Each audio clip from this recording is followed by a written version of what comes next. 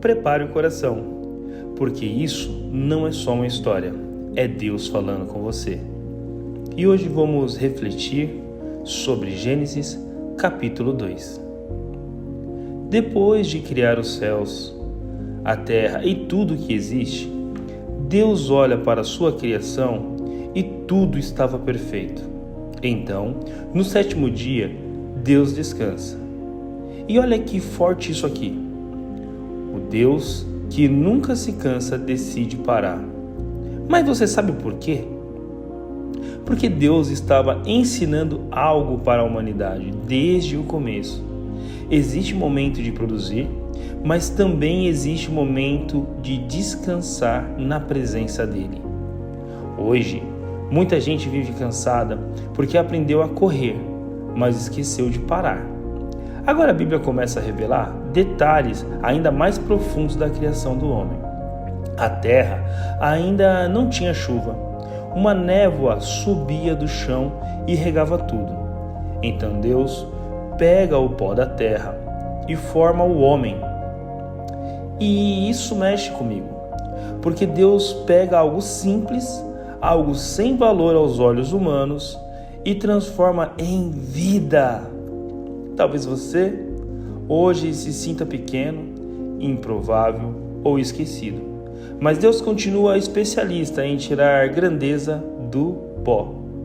Então Deus sopra nas narinas do homem o fôlego da vida e naquele instante ele vive.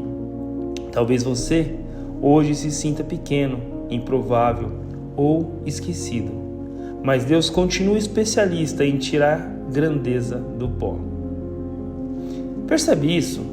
O homem só teve vida de verdade quando recebeu o sopro de Deus. Porque existir é uma coisa, mas viver de verdade é outra. Tem gente respirando, mas por dentro está vazia.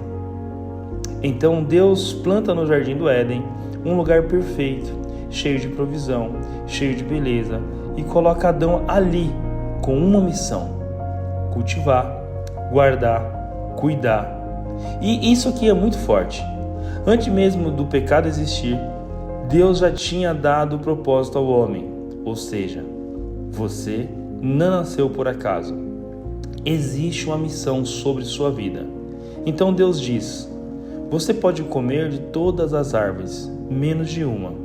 E aqui está uma reflexão poderosa. Deus deu liberdade, mas também limites, porque nem tudo aquilo que parece bom faz bem. E muitas vezes o nosso maior problema é querer exatamente aquilo que Deus mandou evitar. Então chega um momento marcante. Pela primeira vez em toda a criação, Deus diz: não é bom que o homem esteja só. Olha que interessante. Adão estava no lugar perfeito, sem pecado, sem dor, mas ainda assim faltava algo. Isso mostra que fomos criados para relacionamento. Ninguém nasceu para caminhar sozinho. Então Deus traz os animais diante de Adão e ele começa a dar nomes para cada um deles. Mas no meio disso tudo, Adão percebe que todos tinham um par, menos ele. E às vezes Deus permite que a gente perceba o vazio, para entender o valor daquilo que ele ainda vai nos integrar. Então Deus faz Adão dormir profundamente e de uma da costela cria a mulher. E quando Adão a vê, ele se alegra, porque aquilo que Deus fez chega completo. E tem um detalhe lindo aqui: Eva não foi tirada da cabeça para dominar o homem, nem dos pés para ser humilhada. Foi tirada do lado para caminhar junto.